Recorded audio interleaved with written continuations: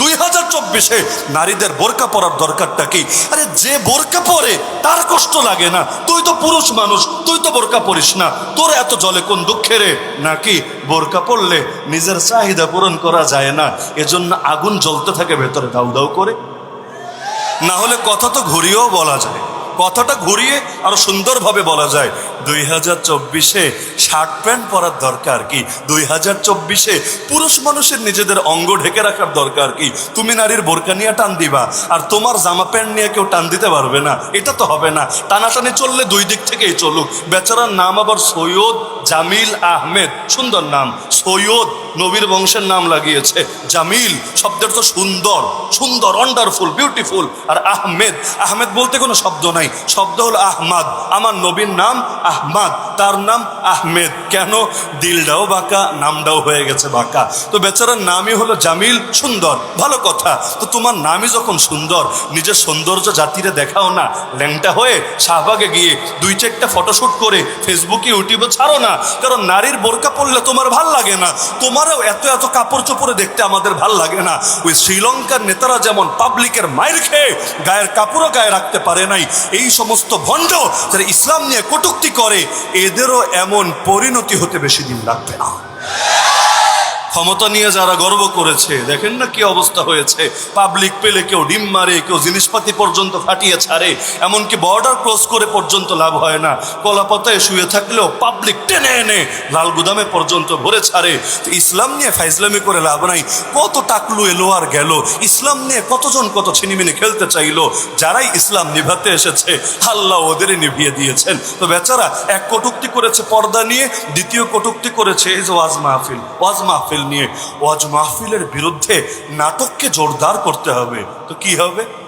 নাটক না সিনেমা জোরদার করো, সিনেমা না প্রয়োজনে পর্নোগ্রাফি জোরদার করো, তা না এর চাইতে খারাপ জিনিস জোরদার করো। ভেবেছো অন্ধকার দিয়ে আলো নিভিয়ে দিবা? পারবা না।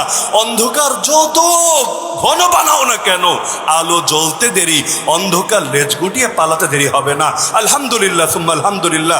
আমি মাদ্রাসার কথা বলবো না, আমি দ্বীনি প্রতিষ্ঠানগুলোর কথা বলবো না, কলেজ ভার্সিটির আমার ছেলেদের মধ্যে যেই পরিমাণ দ্বীনি জাগরণ, ইমানি জাগরণ শুরু হয়েছে, পৃথিবীর কোনো অপশক্তি এটা থামাতে পারবে না। ওরা ইসলামের বিরুদ্ধে প্রপাগান্ডা যত বাড়াচ্ছে, আল্লাহ ওদের ঘর থেকেই দ্বীনের সৈনিক তত বেশি তৈরি করে দিচ্ছে। নেতারা ওমরে পাঠায়, যা কল্লা কেটে নিয়ে আয় রাসূলের। পাগলরা কি জানতো যে কল্লা কাটার জন্য যে যাচ্ছে, কল্লা কেটে আসবে না, বরং নিজের কল্লাটাও রাসূলের জন্য উৎসর্গ করে আসবে। আরে পাঠালো তো কিছুক্ষণ পরই মনে হয় ইসলামের নাম নিশানা হারিয়ে যাবে। আল্লাহর কি কুদরত! আল্লাহ ওমরে এমন ভাবে ঘোরালেন, নবী বলেন আমার পরে যদি কেউ নবী হতো, লাউ কানা বাদি নবিয়্যুন লাকানা ওমর, তাহলে ওমরই সেই নবী হতো। তা লাভ করলো না ক্ষতি করলো? নিজেদেরই তো ক্ষতি করলো। কি দরকার ছিল আল্লাহ নবীর বিরুদ্ধে এত উস্কে দেওয়া? একজন নবীর পিছু নিল, নবীরে ধরিয়ে দিয়ে 100 উট পাবে। আরে 100 উটের লোভে নবীর পিছু নিতে নিতে এক পর্যায়ে আল্লাহ নবীর চেহারা মোবারক দেখে, নবীর জবান থেকে দ্বীনের কথা, কোরআনের কথা শুনে এমন প্রভাবিত হওয়া হলো, নিজের জাহেলিয়াত আর কুফর আর শিরিক নিমেষেই সব ভুলে গেল। তাহলে ইসলামকে কেউ নিভাতে পারে? এই যে এত আলেম ওলামার উপর জুলুম হয়েছে, নির্যাতন হয়েছে, বছরের পর বছর কতজন জেলে থেকেছে, কেউ জেল থেকে লাশ হয়ে বের হয়েছে, এতে ইসলামের নাম নিশানা তো হারিয়ে গিয়েছে নাকি?